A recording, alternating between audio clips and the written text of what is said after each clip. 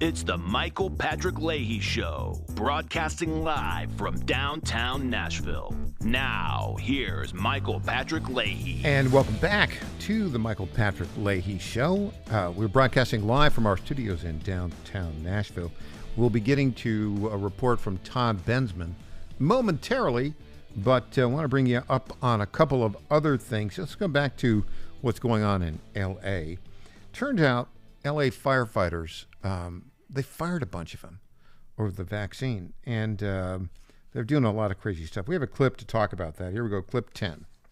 We saw an apartment building engulfed in flames. I saw the fire engine pull up this afternoon, a fire captain have one of his firefighters attach a hose to a hydrant, and that hose didn't fill up, Alex. And I asked the captain, out of every 10 hydrants you attach to today, on average, how many are you getting full water from? He says little to none. And it was at that point that really the whole crew stopped, looked up at this apartment building, and they realized there was nothing they could do except... That's a recurring theme. They don't have enough firefighters. They cut their budget, $17 million. They fired 100 of them because they wouldn't take the COVID vaccine a couple years ago.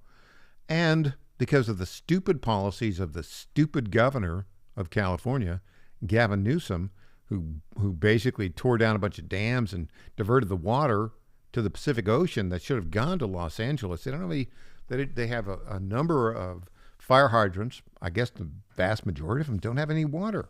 That is beyond crazy. You want to get a summary of this? We've got this summary from Newsmax. We're going to play right now. Clip 8. All right, so LA is on fire. And before I get to why this is happening, I just want to say that my heart genuinely does go out to the victims of this fire, regardless of your politics. Good people have lost everything, and I genuinely hope that these people can get some semblance of normal back as fast as possible. But the tragedy of this situation does not absolve us from talking about why it happened. And the local Democrats will beat the drum to try to force people to stop talking about it and who's actually at fault, hiding behind tragedy. But I don't care how they feel, because their policies just burned down a bunch of people's homes and businesses. You will never solve a problem unless you admit that you have one. So I'm about to bludgeon Los Angeles officials into changing their policies. Okay, hold on just a minute. He's going to bludgeon Los Angeles officials rhetorically, okay?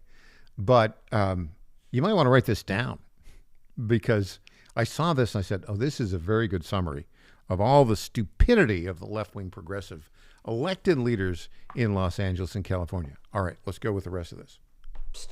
How did these fires start? I can't say for sure about this specific fire yet, but I can make a really educated guess. There isn't exactly a bunch of lightning in LA right now, so you can rule that out, pretty much natural causes. But from 2020 to 2023, the number of fires in homeless encampments have doubled. Okay, there we go. I want to get that. We've got some breaking stories. We do have, send the link there to Todd Bensman. Todd is ready. And so we're going to bring him on right now. We're going to shift gears a little bit to talk about what's going on at the border. And so Todd Bensman, as you know, we've reported on him. His work is fantastic. He's based in Austin, Texas. He's with the Center for Immigration Studies, and he's been documenting all of these things that have been going on at the border. And he does a terrific job of the reporting on that. And he's got some breaking news that we're about to, I think, if we get him, we're still waiting for him. We're still waiting for him. We want to make sure that we get that to you and get his information to you. He's just coming hot off the presses off of War Room. And I'll tell you what the story is with Todd. The story that he put up just recently, Crisis at the Border, What's at Stake? And he's actually going to be speaking, this is very important, if you're listening in Indianapolis, he'll be speaking on January 15 at the Meridian Hills Country Club, Crisis at the Border, What's at Stake? Right now he's with us, the great Todd Bensman. Welcome, Todd. Hey, great to be here. Thank you. Okay, so what is the latest? I know you've got some important news to share with us, and because it's so important, we're going to do 2 segments with you. We've got about 6 minutes right here, and then we'll take a break and come back for another 11. But tell us what the latest is, Todd.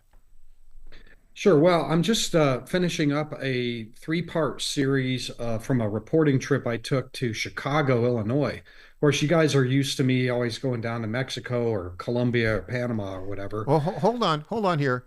Now we're talking about the immigration crisis, and yes, you're always down in Panama or Mexico or some other place, but now I'm not surprised. Now the crisis is in Chicago. Tell us a little bit about that. Right. I mean, you can't get as far away from the southern border as Chicago, pretty much. So, but that should tell you just how widespread this crisis spread all over the impact of it. And but the reason I went is because the first terror attack by a border crossing Muslim migrant, special interest alien, occurred there on October 26th and got very, very little media Hold attention, it. very I coverage. I didn't hear anything about this. Right. That's the problem. And that's why I went to Chicago because, this is kind of what I do. It's a national security. We always talk about the national security implications of an open border like this, but and we talk about, terrorists might cross and come do something and people on the watch list are coming over and all the rest of this, but there hadn't really been an attack until now. October 26th, guy by the name of Sidi Mohammed Abdullahi from Mauritania. Lots of Mauritanians crossing that border. Crossed from Mexico into San Diego in March of 2023. Made his way up to Chicago. Tens of thousands of illegal immigrants have gone to Chicago. It's a sanctuary jurisdiction. They're given all kinds of free stuff out there, so they come. And Why this wouldn't guy, you go there? I mean, you're broke. They're going to give you free stuff for being an illegal alien. It makes common sense to go there. this guy bit the hand that fed him, though. He went jihad full on October 26th, hated the Jews, hated what was going on in Israel, and conducted an attack on an Orthodox Jewish community. It looked like he planned to go in and massacre Jews inside their synagogue on that Saturday. It was a Sabbath. Instead, he put a bullet through the back of one Jewish man, an Orthodox man walking to synagogue, put him down for briefly. He survived, thank God. And then, the guy went on a rampage for the next 20 minutes, battling with police, firing on paramedics, firing on the first victim as they were trying to load him into an ambulance to bring him to the hospital. Filled the ambulance full of lead, paramedics fleeing with this guy in the back. Really a dramatic, white knuckled, long, full on screaming Allah Akbar. It's on tape, the whole thing. Finally, they shot him down. The police got him, put him out. He survived, critically wounded. I'm just giving you the short version. The much longer, detailed version is in my series. But the local authorities charged him formally with terrorism against the state of Illinois terrorism statute, which is rare. I still don't know why they did that. Where was the FBI on this case? That happened, the timing of it was about 1 week before the national presidential election. Maybe why hand this a pretty gift with a bow on top to the Republicans a week before the election, is what I'm thinking. Mm-hmm. So there was almost no media coverage. They did perfunctory coverage of the shooting, but nobody was calling him a Muslim and nobody was calling the victims Jewish for a long time. The community finally had to force the issue. The shooter later hanged himself in the Cook County Jail. Is he dead? He's dead. So now there won't be a trial. The reason I went there is because I thought that the trial would, reveal all of the information that we would have needed to know about his terror. And now that's not happening. So I went there and did this three-part series. Let's take a break and come back with the details that you found out in Chicago in this three-part series. The great Todd Bensman, Center for Immigration Studies. This story is amazing. I didn't even know about it. Back after this with Todd Bensman.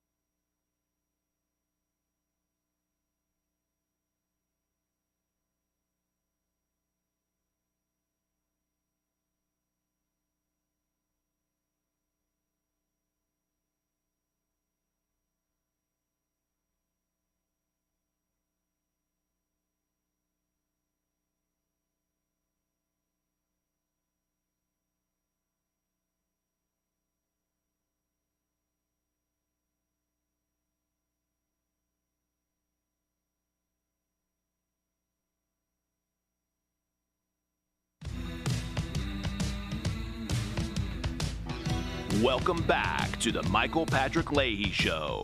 Now, here's Michael Patrick Leahy. Welcome back. The great Todd Bensman with the Center for Immigration Studies is with us. So, Todd, as you're telling the story, a Mauritanian Muslim terrorist illegally in the country attempted to kill Jewish people in Illinois, in Cook County, on October 26. He was arrested and hung himself in the Cook County jail. First question on that is, was he Epsteined? Did he kill himself or was he killed? Well, there's no media coverage at all. That is a complete black hole. We have no idea how that happened. I'm sure I did put a FOIA request in and they came back and said that's under investigation. So I don't know. We don't know yet. So what did you find out? Because you're trying to unravel how he got into the country. And if I guess you're trying to find out if there are other accomplices, other sleeper terrorist cells in the Chicago area. When you went up to Chicago, what did you discover? What did you report in this 3-part series? Well, I guess the first thing I'd mention is that I was able to obtain the very first and only interview with the Jewish victim, the guy who was shot. And his testimony is very dramatic and is in part 1 and part 2 of the series, where I can't identify them or him. He didn't want to be identified either. But also his rabbi at the synagogue who is identified, and what this did to the community. It really shook that community to its core. People want to just avoid and ignore this, maybe because they're Jewish victims. It wasn't the other way around, where Muslims were the victims, where I think that there would have been a lot different treatment of this case. And they were on a defensive war footing, because a lot of the victims and the witnesses and the people that were involved in this were Jewish, and in their minds, they thought this was an October 7 mass attack, that they were going to come to their homes and slaughter everybody inside their homes. If you can imagine that, because October 7 is on the forefront of their minds. And they didn't know, with all the shooting going on out there, that it was just one guy, or there was an army of them coming for them. So it was very, very frightening, white-knuckled, scary for the Jewish community. I just want to put that out there first. The other thing is, I tried to find out as much as I could about the shooter, because nobody bothered to go knock his door or try to find, what he was all about and how he radicalized, etc. And unfortunately, I wasn't able to get that far with it. I knocked on his door. I interviewed a couple of his roommates. I got inside the apartment. The main thing I learned there is that he has a family there. He has relatives all over Chicago. They're the ones that took the body from the medical examiner's office and held a prayer vigil and buried him somewhere. That was advertised on Facebook, but nobody bothered to go there to cover it on December 6th.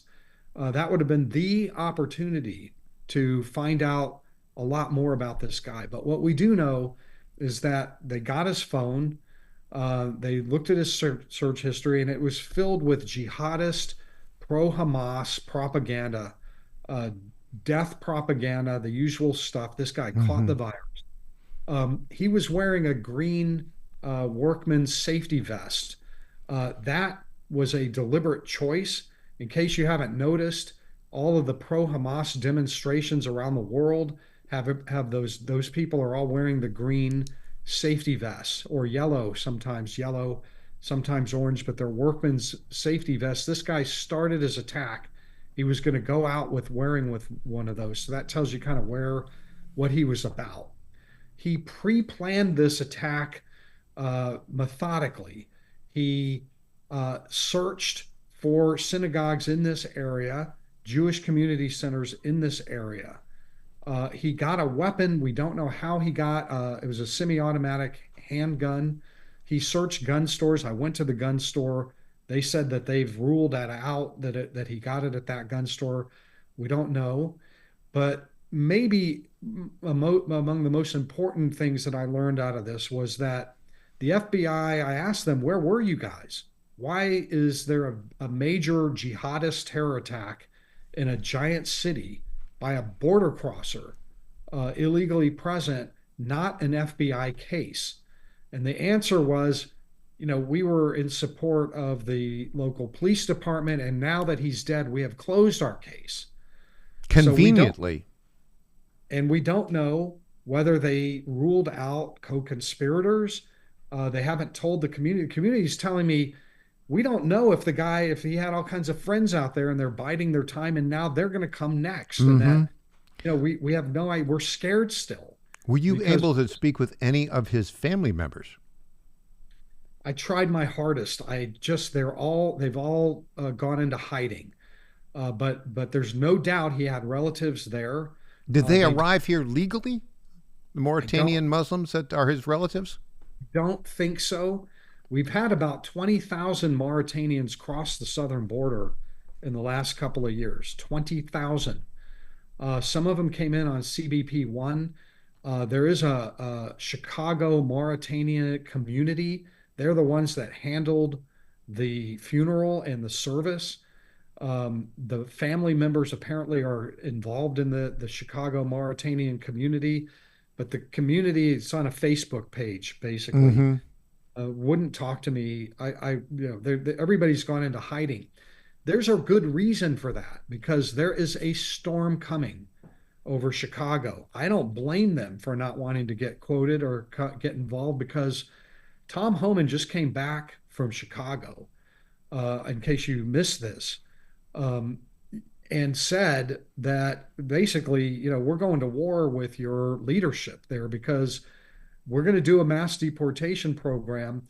And you guys are saying out loud, you are going to protect all of your terrorists and criminal aliens from deportation.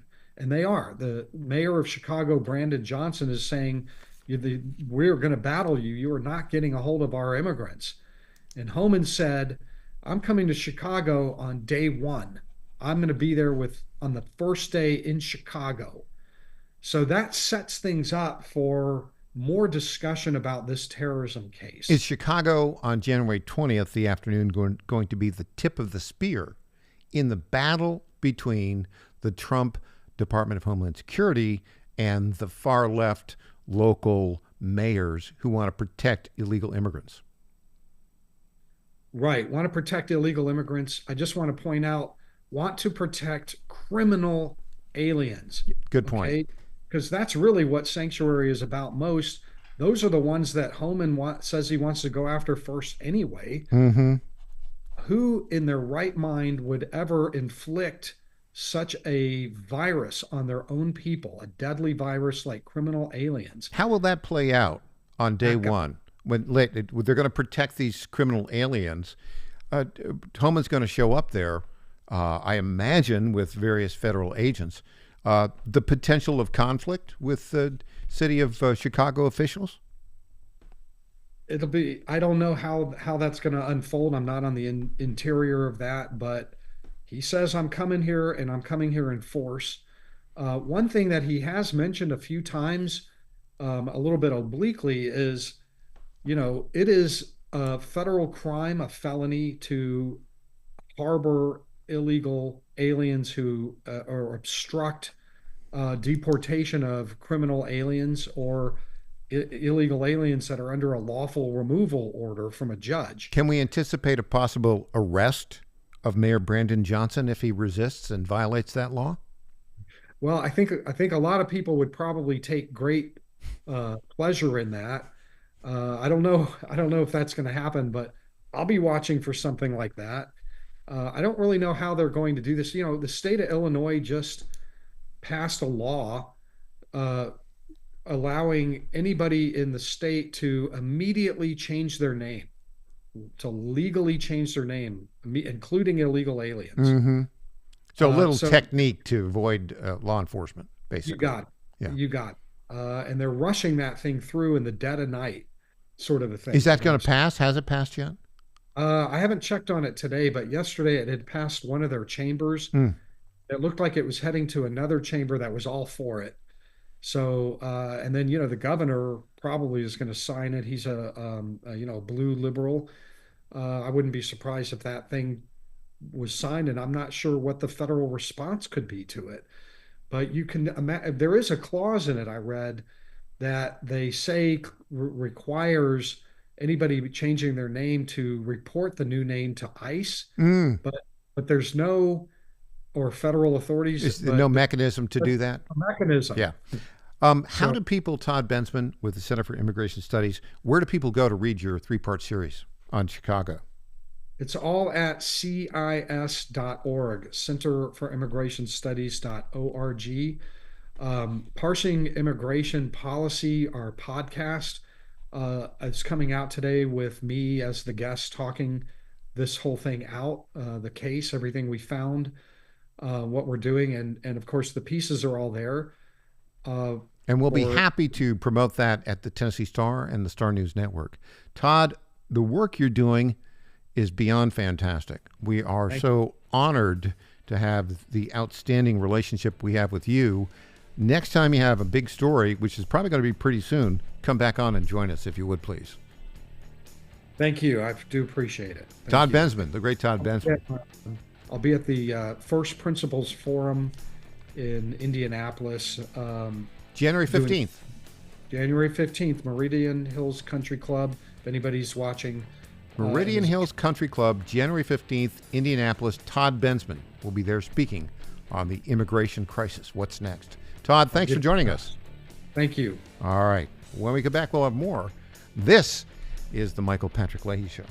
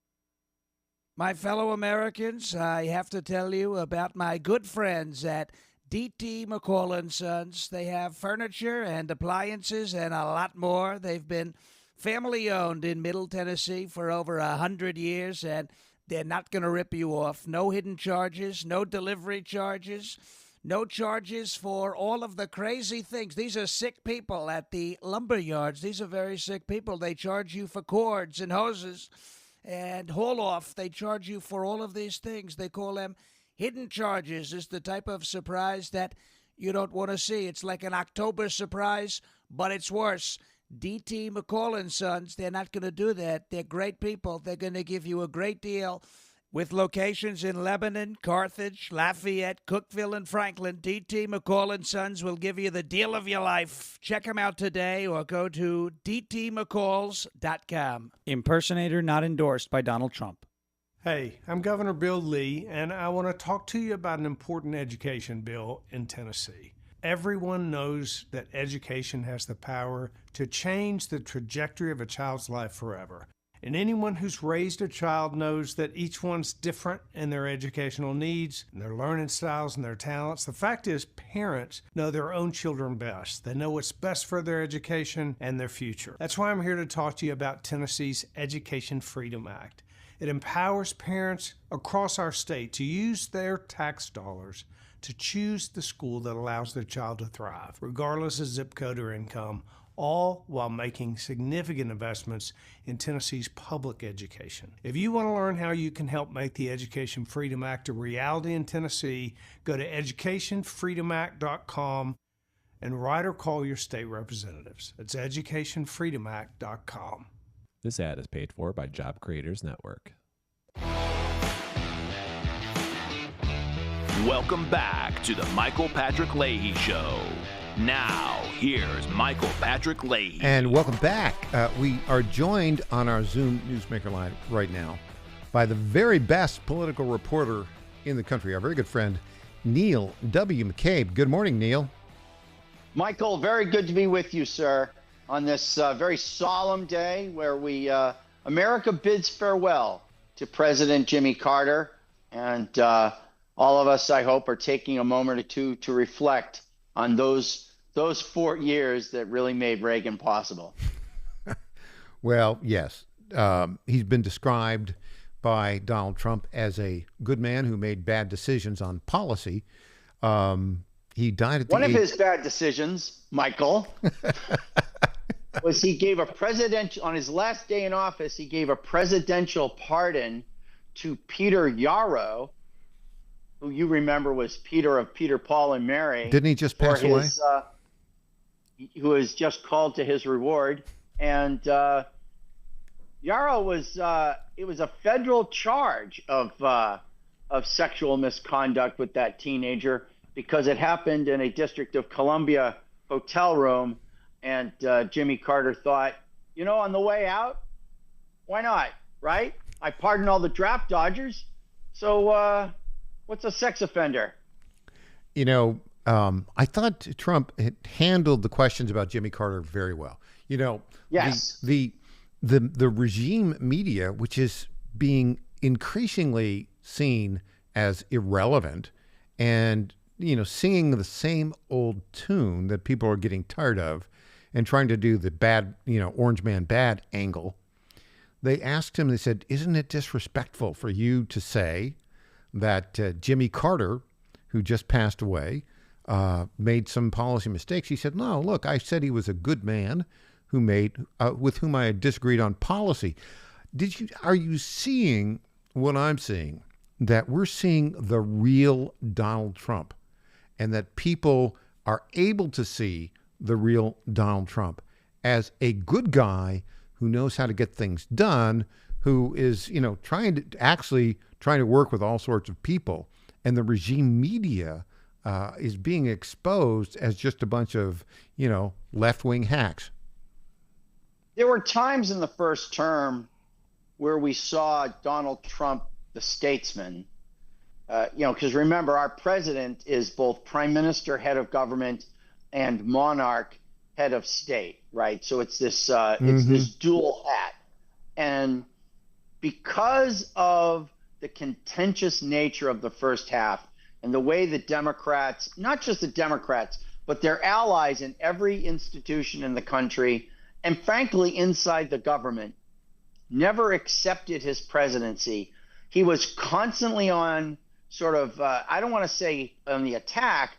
Trump was constantly on the counterattack. Yes. And all of his efforts to make peace and to sort of bury the hatchet and to move forward were just dismissed, or they would just sort of string him along, waiting for that opportunity to knife him.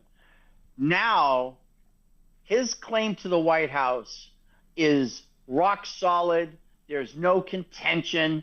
He has the House, he has the Senate, he has the Supreme Court. He's appointed 3 members of the Supreme Court, 1/3 of them, right? Think about this, Mike. Since 1969, Republicans have put 15 justices on the Supreme Court. Only 7 of them were actually pro-life. 3 of them were put there by Trump. And it's just remarkable that it is possible with the retirements of, say, Clarence Thomas or even Alito, and maybe Sotomayor, you could have Trump putting 6 people on the Supreme Court, which is a streak that no one had. And I believe Jimmy Carter was one of the only presidents to never have a Supreme Court nomination. I'm thrilled to see this Trump. I love combative Trump. I think combative Trump is very necessary. But even in his combat, he is from a position of strength. He's not on his back foot, right? Mm-hmm. Like a great quarterback, his front foot is planted where he's throwing the ball. And the ball is on target. Yeah, 1,000%. And it's like he never campaigned on Greenland, right? He never campaigned on Canada as the 51st state. He didn't really even campaign on the Panama Canal. And yet he just sort of like unpacks these things in front of us, like in front of the Christmas tree. And we love it. People love it. And it's also funny, with Panama Canal, this was a major part of the Ronald Reagan story. His opposition to the Panama Canal Treaty is what rebooted his presidential campaign, because he lost in 76.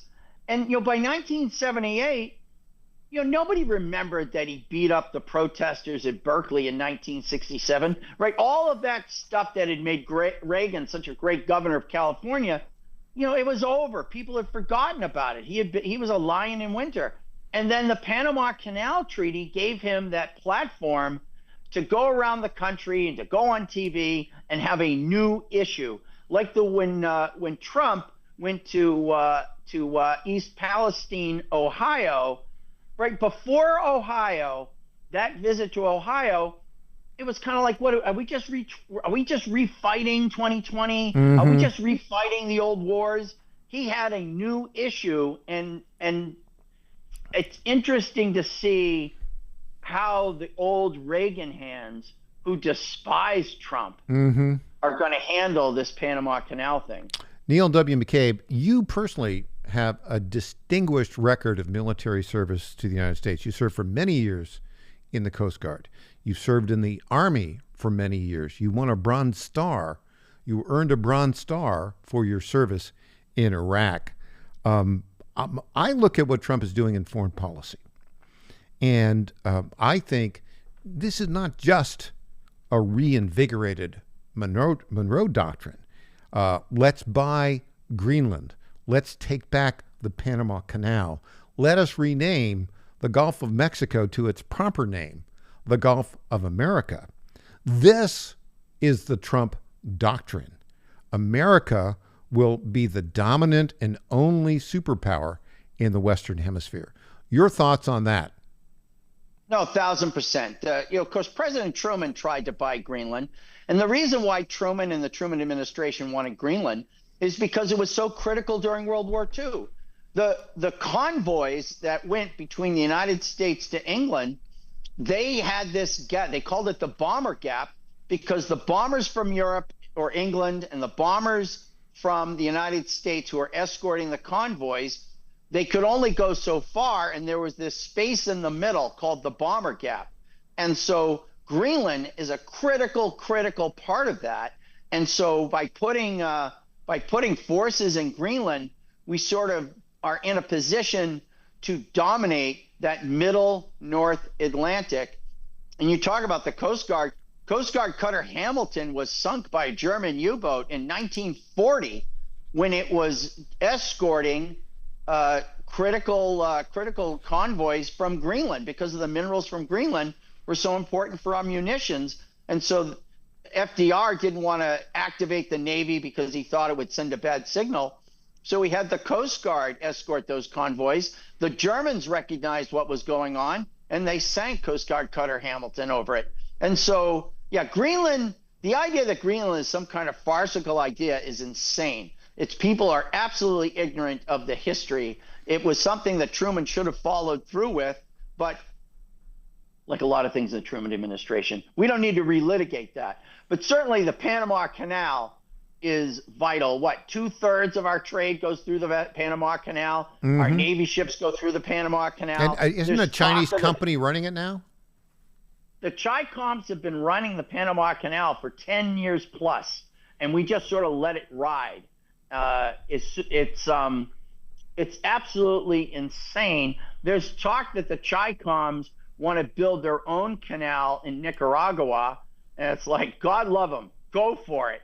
Like, you think that's so easy? Well, right? yeah, and by the way, 40,000 guys doing that. Yeah, and the whole Nicaragua canal idea, I think people started that, but Nicaragua is a larger canal to build. It's filled with all swampy stuff and creatures, and it's just a mess. It is unlikely to happen. What do you see will happen with regards to Greenland? Do you think now the prime minister there, the mayor of the 54,000 people who live in Greenland, and now it's the head of their book club. He said that they have a right, negotiated in 2009, to hold a referendum to declare independence from Denmark. And he said he wants to do that. The next step after they declare independence would be another referendum to ask to join the United States as a territory. How do you see that all playing out, Neil W. McCabe? It's an interesting redux of how we handled the Panama situation. Panama was a northern province of Colombia. The Colombians didn't want to let us build that canal, so Teddy Roosevelt sent gunships, right? That's really when we talk about gunship diplomacy. That was it. Gunship diplomacy was Teddy Roosevelt sending the Navy to basically shell the Colombian forces and to back the Panamanian rebels. And to create a new country. The Panamanian rebels declared independence, they cut a deal for the canal. Neil W. McCabe, I know you're a very busy man. Can you wait through the break and come back with us? 1,000%. I'm your most humble servant. All right. Humble servant, Neil W. McCabe, will be back with us after this next break. I'm Michael Patrick Leahy.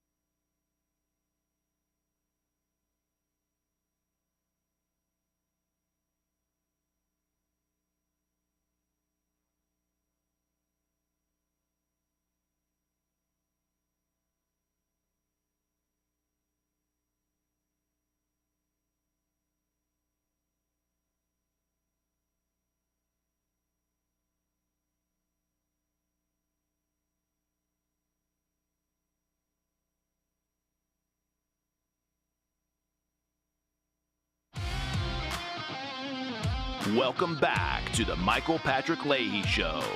Now, here's Michael Patrick Leahy. Welcome back. We are rejoined on our Zoom newsmaker line by the great Neil W. McCabe, the best political reporter in the country. Neil, there's another story going on today, and that has to do with Judge Sonia Sotomayor of the United States Supreme Court. Donald Trump is currently scheduled to appear, I guess, remotely before the crooked judge, New York State acting judge Juan Merchan, on these trumped-up felony bookkeeping charges tomorrow. The Democrats simply want to have him named a convicted felon before he goes into the White House. There's still the lingering possibility of jail, but not likely. The way it works is Trump's team has appealed to the various New York State authorities and hasn't had any success in staying that event. The way it works is his attorneys then appeal to the United States Supreme Court to stay it.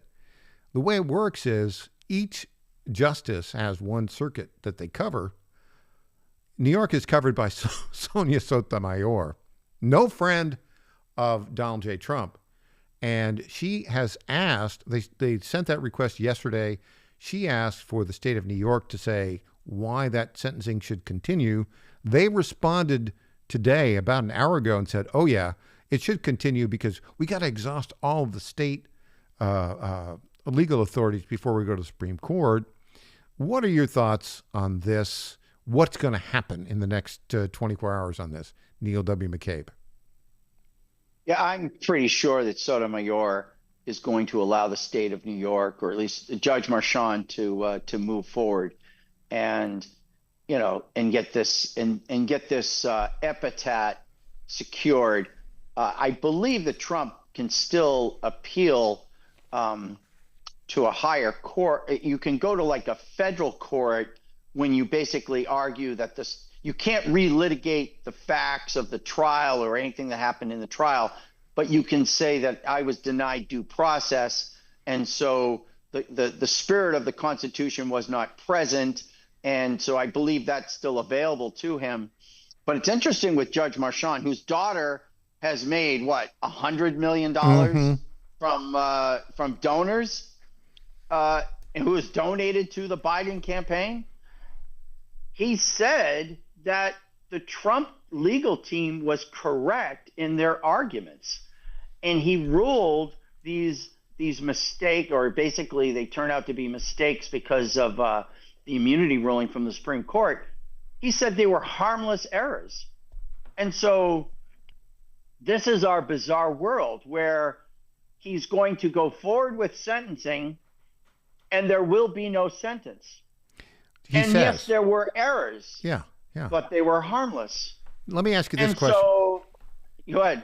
Let me ask you this question. Now, the way it works is Justice Sotomayor, when you get an emergency appeal to the Supreme Court, it goes to one particular judge, and she's got coverage for New York State. Okay, that's step number one. She actually can refer this to the full court, or she can make a decision herself. To me, because she's such a lefty, if she denies it herself, she's going to be exposed to a huge amount of criticism. The safe thing to do would be to refer to the full court. But I'm guessing your guess is, or you're thinking she's just not going to send it to the full court. She's just going to say, no, tough luck, Mr. President. You're going to have to be sentenced. What are your thoughts on that? It's Sotomayor despises Trump, and not as much as Tajiki Brown, the star of Broadway. Ketanji Brown Jackson, right? Right, who absolutely despises Trump, called him a criminal in the oral arguments on immunity, basically called him a crime boss or whatnot. No, Sotomayor is going to go forward with this. But the other thing that's interesting is that Trump had a conversation yesterday with Justice Samuel Alito. Oh, really? I didn't know that. And that conversation was leaked to ABC News. And then the Supreme Court had to put out a statement where Alito said, I spoke to the president. It was a wonderful call. My assistant told me Trump was on the phone. I took the call, not expecting it, and I had no idea that he had a matter before the Supreme Court. But it's not so much interesting about Alito talking to Trump. What's interesting is that the leak would come from, like, so somebody knew about it and they would send it to ABC News. Well, somebody in the Supreme Court, they already leaked the Dobbs decision. There's somebody, there is, you know, you would think somebody, perhaps a clerk for one of the leftist judges. Well, Alito didn't leak it, right? He didn't leak it. And so, and his clerks, I mean, the way clerks run now is clerks are really adamantly, they've always been loyal to their principal, but I think more so. But I think it speaks to the dysfunction of the Roberts Court that you would have this kind and they feel that in these contretemps, they think that their previously internal entre nous conversations, right, would be kept private. Not so much. But they feel, not they anymore. feel they can go outside the house. Yeah. And we see this.